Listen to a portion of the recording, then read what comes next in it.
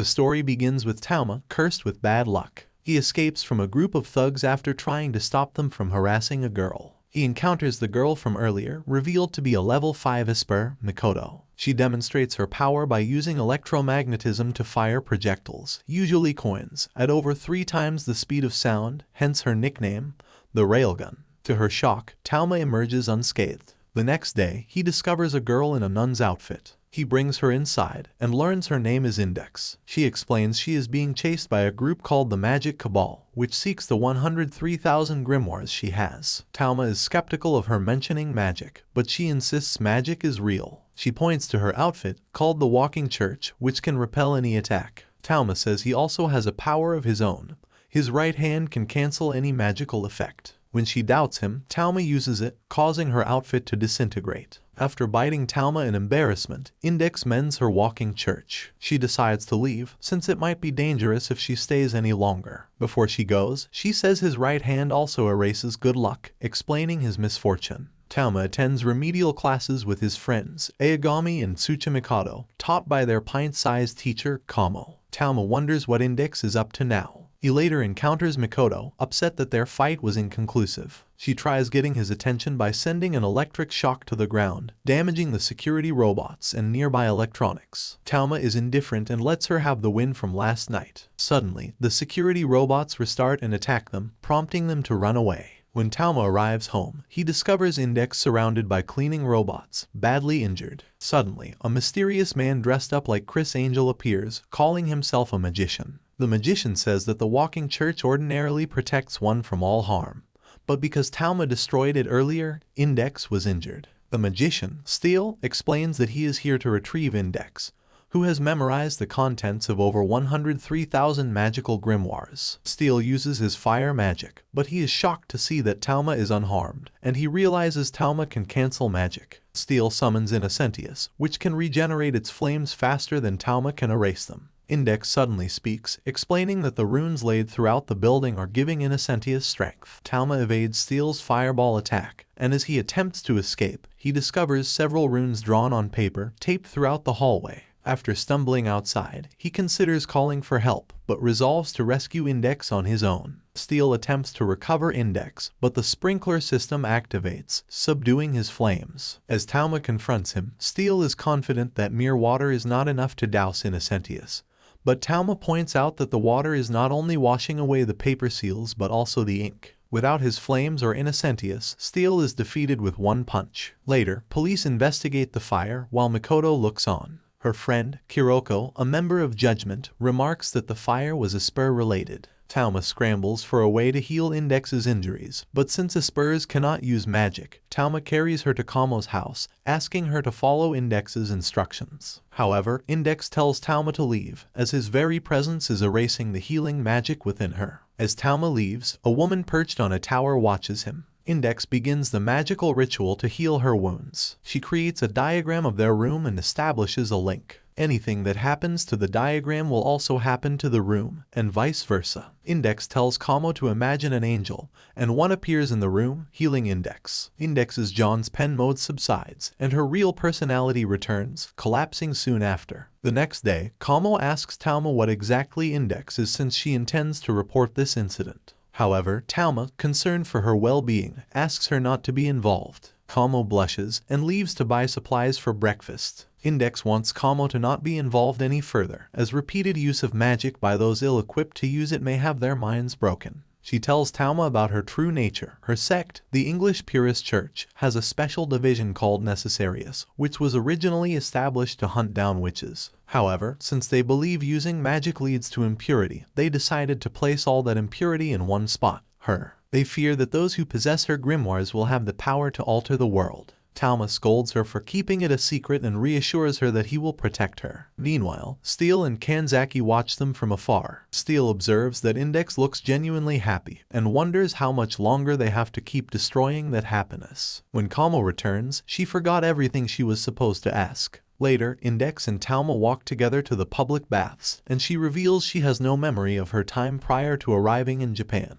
and that she sometimes loses her memories. Tama is upset on her behalf, and she bites him after he makes fun of her small stature. While trying to look for Index, Tama encounters Kanzaki, who uses a rune to isolate them. Kanzaki asks Talma to hand over Index. She uses her sword, Nanasen, to unleash cutting winds at Talma, which he is unable to erase with his hand. Talma tries charging at her again, but he sees ultra-thin wires all around him, revealing she is not a magic user. Kanzaki kicks him to the ground. Talma points out that she has yet to kill him, revealing that deep down, she is a good person. Kanzaki explains she is part of Necessarius, and that Index is her comrade, and if they do not recover her soon, she will die. Kanzaki explains that Index's perfect memorization causes her to uncontrollably stockpile huge amounts of information. Since 85% of her brain is dedicated to the grimoires, she is only able to utilize 15% of it normally. Eventually, her brain will explode due to the overload. Thus, they erase Index's memory every year, with the next one scheduled in 3 days. She asks him again to hand Index over, but Talma is still adamant that what they are doing is selfish and wrong.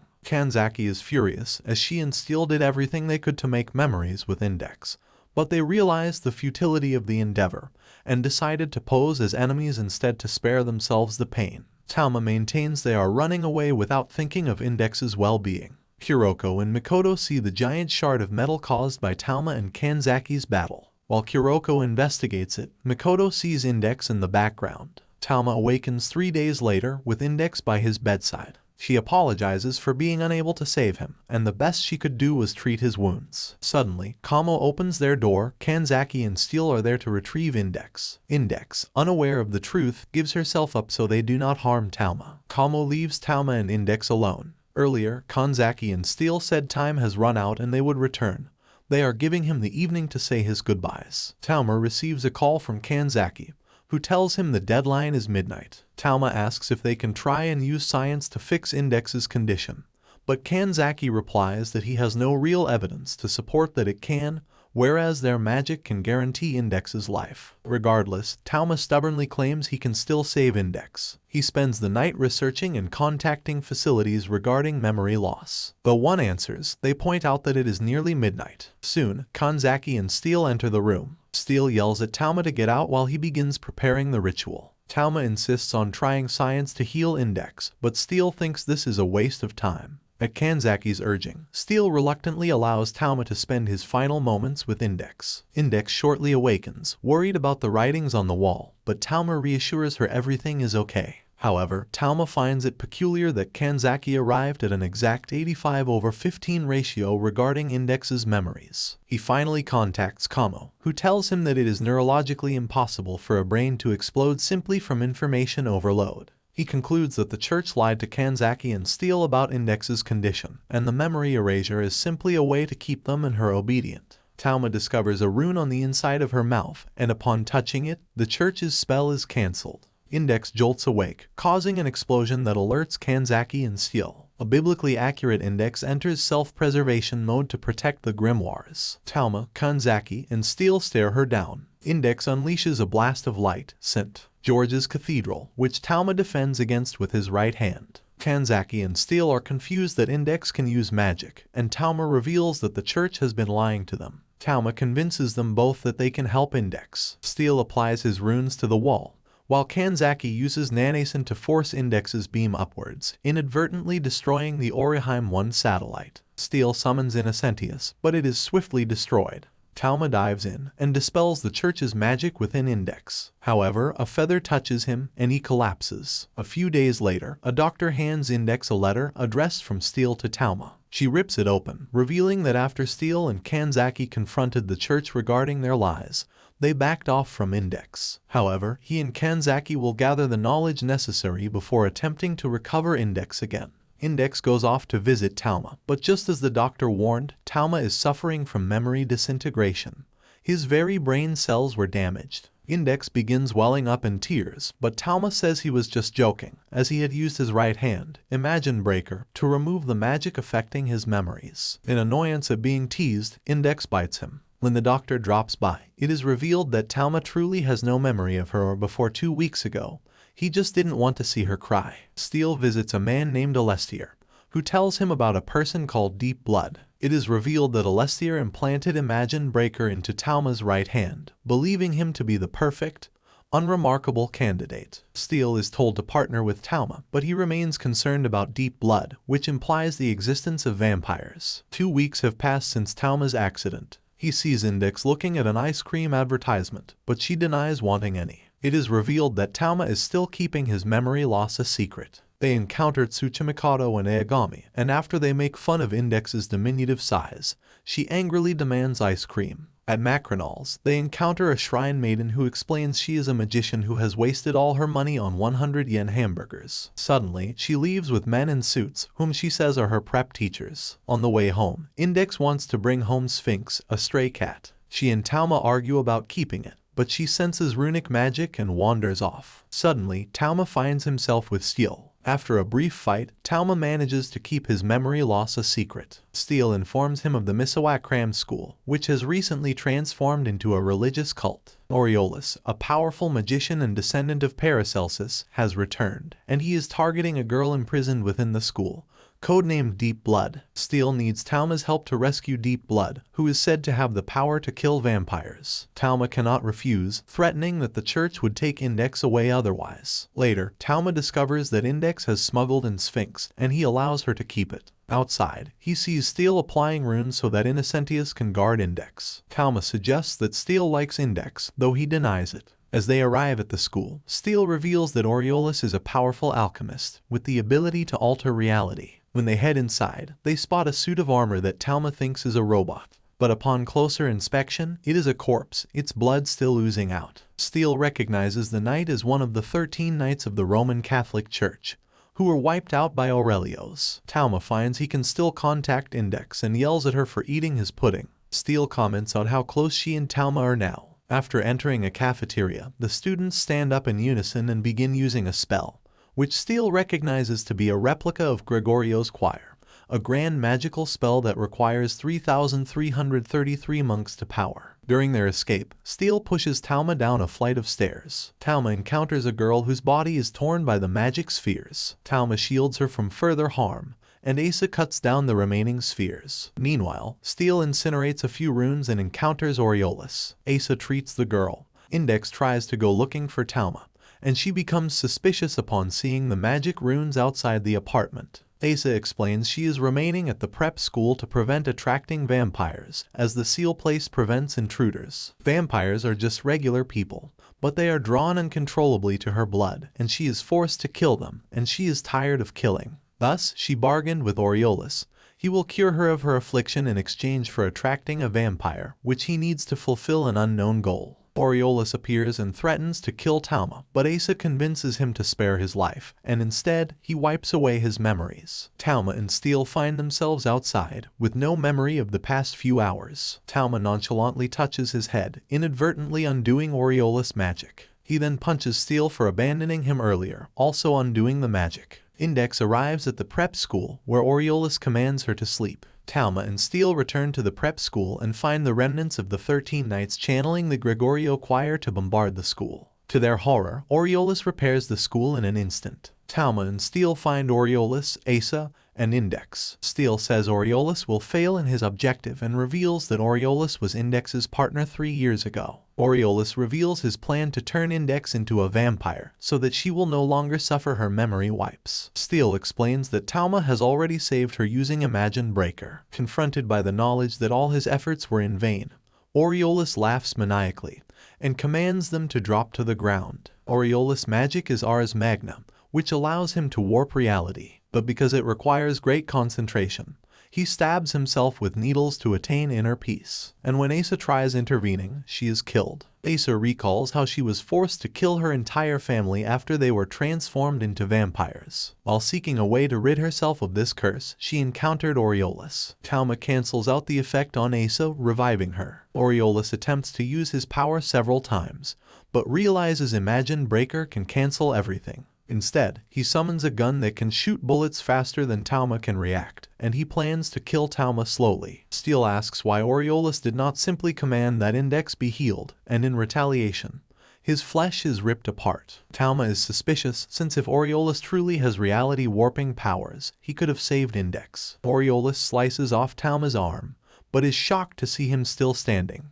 To his horror, none of his Ars Magna powers work. Talma realizes that Aureolus' power isn't to bend reality, but to bring his thoughts into reality. As Aureolus panics, Talma's missing arm transforms into a dragon. The next day, Talma is back at the hospital. Steele starts cutting him some apples, and remarks that Aureolus' face and identity were changed and that he was released. Steele leaves as Index enters the room. She reveals that her church has decided to take Asa under its wing. Sphinx jumps out of Index's dress and scratches Talma while Asa smiles. A girl resembling Mikoto attempts to assassinate a white-haired man, but instead, he pulls out an Uno reverse card. Talma's 2,000 yen bill is eaten by a vending machine. He encounters Mikoto, who kicks the machine, spilling out a drink. After learning what happened to him, she laughs and kicks the machine, which spews out 2,000 yen's worth of drinks. Unwilling to be an accomplice, Talma runs away. Mikoto catches up to him and gives him the cans. Hiroko discovers them and teases that Talma is Mikoto's boyfriend. Annoyed, Mikoto fires off an electric beam, but Kuroko teleports away. Suddenly, Mikoto's clone appears. Realizing something is amiss, Mikoto accompanies it. Later, Talma encounters Misaka, who volunteers to help carry home his cans. He runs into Meika, Tsuchimikoto's stepsister, who tells him that Index is very loud during the day. When they arrive, they see Index and Asa watching over Sphinx, suffering from fleas. Misaka fires off an electromagnetic pulse that kills only the fleas and leaves. The next day, Talma unenthusiastically attends remedial classes. Kamo reminds him that even the third-ranked level 5 Esper, Mikoto, was once a level 1. Talma encounters Mikoto, who talks about her loathing for the blimps that fly over Academy City, and her skepticism that Tree Diagram, a supercomputer that was supposedly on the Oriheim 1 satellite, exists. Afterwards, Talma bumps into Misaka, and he helps her find a foster home for a cat. He offers to let her name it, and she wants to name it Dog or Tokugawa Yasu. While searching for pet care books, Misaka senses the white-haired boy from earlier, and she gently puts the cat down. She is tossed into an alley, and the man asks her who she thinks is the strongest in Academy City. The man, Accelerator, brutally beats down Misaka. He reveals he has the power to alter the vector flow of anything he touches. Talma sees the cat alone and wonders where Misaka has gone. He enters an alleyway and follows a trail of blood, and is horrified to discover Misaka's mangled body. He contacts the authorities, who lead him back into the now empty alleyway. Following the cat's cries, he ventures deeper inside and discovers Misaka seemingly alive and well. However, more and more Misakas appear, who say that they are all Misaka. Talma asks who they are exactly, and one of the Misakas explain that the girl he knew was Misaka 10,032, and they are military-grade androids using Misaka as a base, called Sisters. She reveals that they are part of an experiment, but she refuses to elaborate further. They then depart, leaving Talma thoroughly bewildered. Meanwhile, Asa and Kamo are having a barbecue party when Index shows up at their front door, and Asa reluctantly lets her in. Talma drops by the Takuwadai's girls' dorm, hoping to ask Mikoto about the Misakas. However, Kuroko informs her that Mikoto is still currently out, but lets him in anyway. She allows him to sit on her bed, as she is busy inhaling the scent of her beloved one-Samas sheets. Kuroko hears the headmistress approaching, and unable to teleport Talma out, she stuffs him underneath the bed. While there, Talma discovers several papers inside a stuffed bear, and learns the true nature behind the experiment the Misakas were talking about. He tries searching for Mikoto, and notices that the windmills are turning despite the absence of any wind. He realizes Mikoto must be nearby and follows the trail. Kamo demonstrates the Schrodinger's cat experiment using a box of chocolates to explain how Espers function, to replace the current reality with their own. Talma finds Mikoto on a bridge, brooding over her situation. He confronts her with the papers he found, which contained information about an experiment to elevate Accelerator into a fabled level 6 Esper by having him destroy 20,000 of Mikoto's clones. He shows her another map, revealed to be a list of research facilities she has covertly shut down on her own. He suggests that they take this to an international court since the manufacture of clones is banned, but Mikoto replies that the board has already consented to this experiment. Thus, she decides to defeat Accelerator, hoping to end the experiments, but Talma points out she is too weak to stop him. Her true plan is to fall in battle to force the scientists to reevaluate the feasibility of their experiment. However, Talma won't stand idly by, and she threatens him to back off. But Talma stands his ground, repeatedly taking electric blast after electric blast. But each time, he just barely survives. Talma says they can find a way to save everyone without anyone dying, but Makoto insists that her death is the easier route. However, Talma asks her if her clones would be happy with the way they were saved. Makoto warns Talma that her next attack will kill him for sure, and as he takes the full brunt of her electric shock, he stumbles back up. As she aims her arm again, she tearfully asks him to stop. As Talma staggers to his feet, he racks his brain for a way to save Makoto and her clones. What answer will he arrive at? Thanks for watching. If you enjoyed this and want to see more, please make sure to drop a like and subscribe to the channel with notifications on so you never miss a future video. And until next time guys, take care.